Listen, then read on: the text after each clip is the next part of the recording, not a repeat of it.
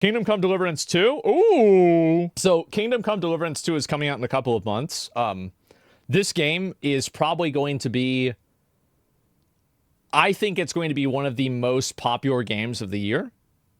I mean, the only reason it might not be is there are going to be so many other games coming out. But it's already had a huge positive reception, and the player base for the first game is still active, even 7 years after the release. Oh. Oh.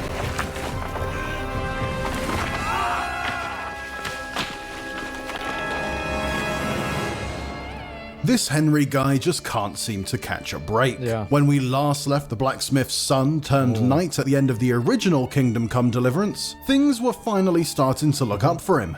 We did a fine job. But the sequel, in true video game sequel fashion, starts by knocking him down a peg or two and dumping him into a new, larger open world to regain his dignity, one side quest at a time. And see, like, a lot of people complain about open world games. I think in a game like this, it's just like, that's the absolute best way to experience it. I'm so excited. To be honest, that's refreshing. If you do not believe me, try me. Yeah, duel this motherfucker.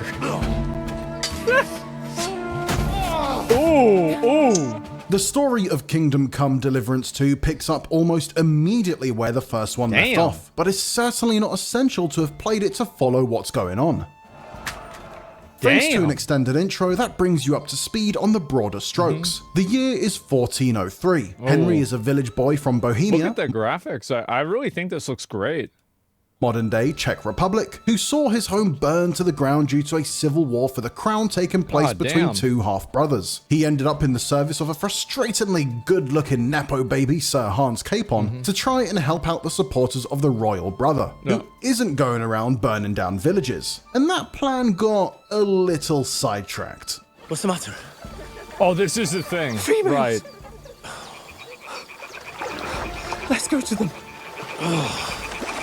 It's not exactly a start back from square one though. Henry began the first game as the kind of old school RPG protagonist who is really just some random guy with no skills to speak of. He could barely hold a sword, and the Unforgiven combat really made you feel that until you put in the time to master it. But Henry's a seasoned adventurer now. He knows how to read, which is practically a superpower in medieval Europe. And while you were out partying, he studied the blade.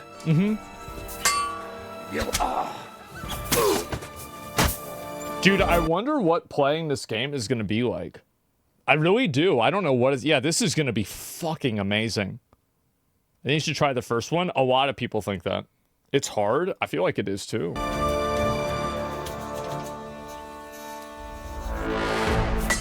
I surrender. Can you get a halberd? Gotcha, bitch. Yeah, okay, it's easy. It'll be easy. This is reflected in the changes to combat in KCD2, which the developers described as lowering both the skill floor required to play competently and raising the skill ceiling for the most devoted warriors. There are only 4 attack directions now instead of 5. Thrust attacks are no longer a separate attack button and have instead been folded into the combo system for weapons that make sense with them only. Parries are a bit easier to pull off, and much to my delight, blocking can now defend you from multiple attackers. As long as I feel like this looks really good, man. Like, if you look at the background and everything, oh my god. Looks amazing. God, good game. Yes, I know. They're all in front of you. What an idiot, bro. What a dumbass. Come on, then.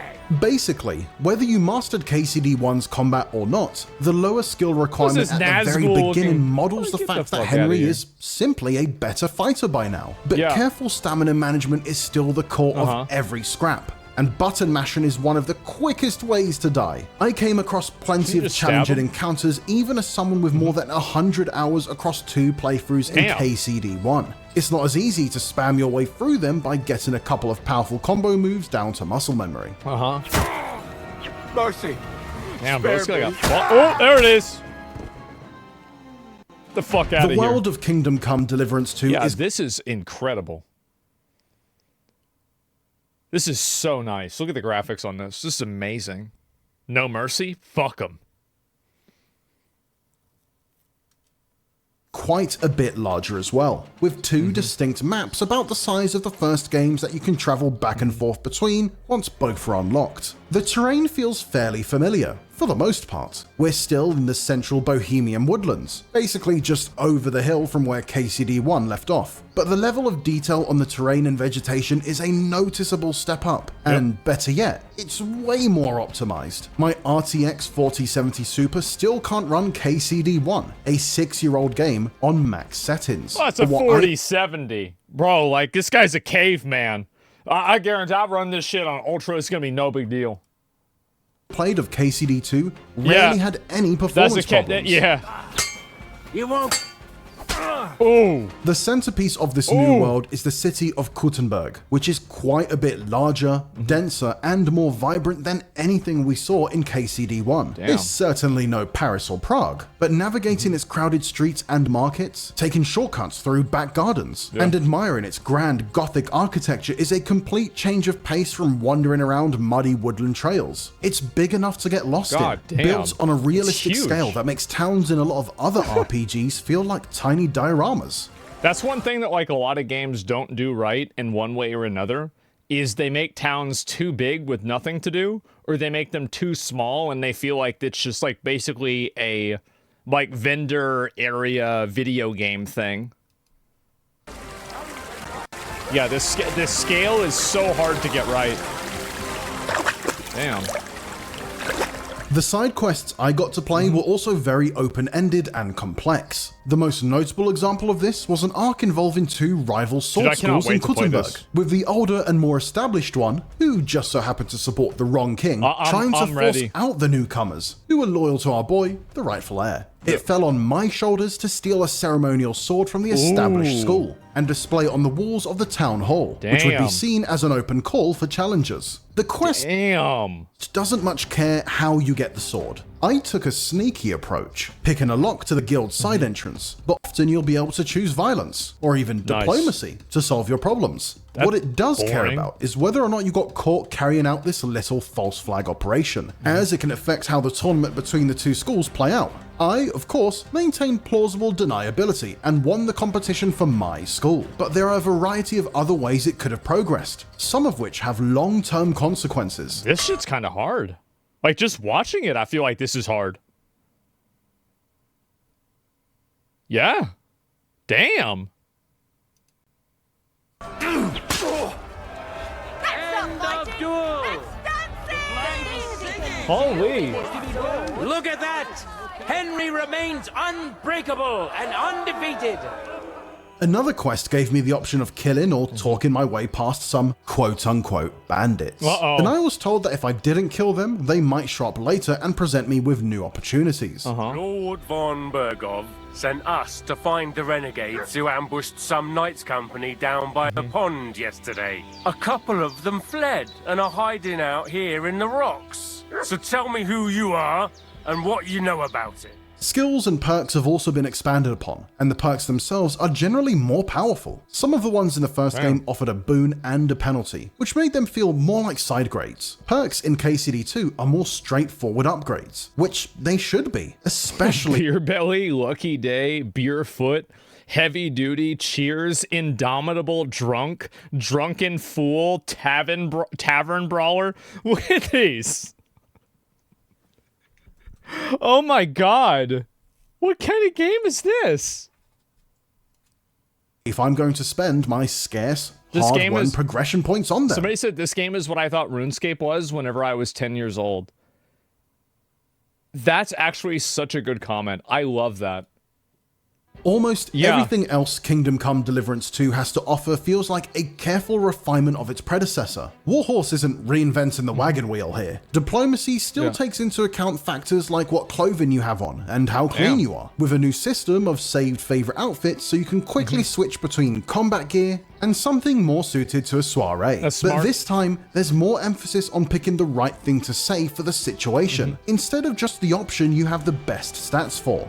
Alchemy is back, allowing you to craft various potions and concoctions. It's been made less fiddly. There's a new blacksmithing minigame for forging your own gear and making a bit of coin, following in Henry's father's footsteps. The reading skill has been replaced by scholarship, which is gained by reading books and can provide boons like opening up new dialogue options. Henry's still crap at reading Latin though, and I'm not sure if that can be fixed. And in addition to new, more diverse movesets for all kinds of melee fighting, Henry can finally get his hands on some guns. Now, this is the early 1400s, so we're talking about extreme. That thing sucks. You're trying to light off a Roman candle against a knight. Oh man, hands look at on this. some guns. Now, this is the early 1400s, so we're talking about extremely primitive firearms. The kind that had the tendency to blow up right in your hands. My leg! So don't go expecting to be medieval John Wick. But if you point them in the right direction from close enough range, there's really no amount of armor that will save your foes from the blast. Then you probably want to grab a sword because the remaining foes will not stand and wait for the subjective eternity it takes for you to reload.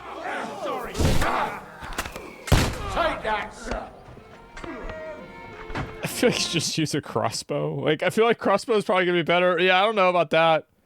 I feel like that's the kind of thing that if I was gonna play this game, I would probably use that as a fight opener, right? Like, I don't know how weapon swapping works, but like you preload this, you pop one guy off, and then you begin to fight, you know?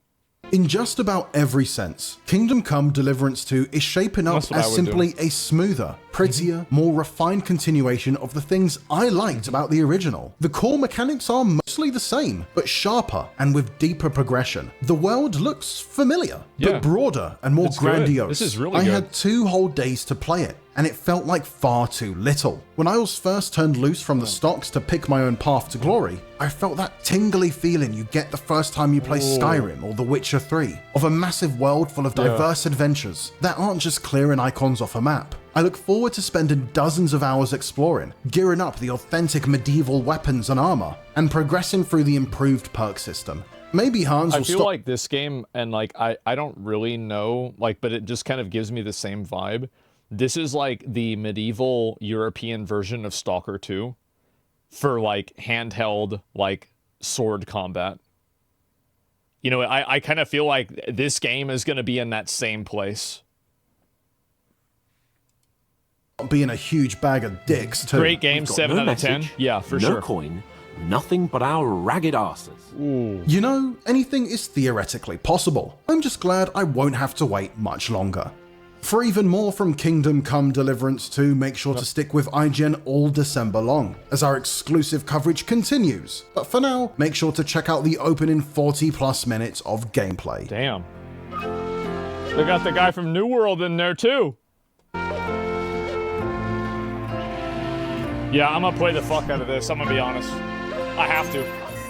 Like, I mean, it's literally a medieval sword game, so like, I have to play the game. I think this is a really good video. Yeah, this is great. I'm gonna link it to you guys.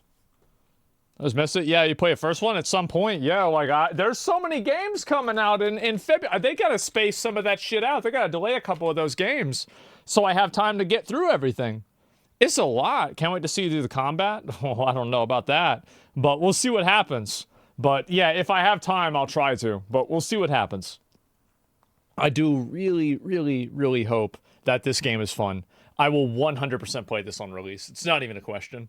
Like, there's been so many games coming out recently, and I try to be, the thing is that I really do try to be the guy that's there on every game release and try every single one of them out, even though in a lot of cases that ends up not happening.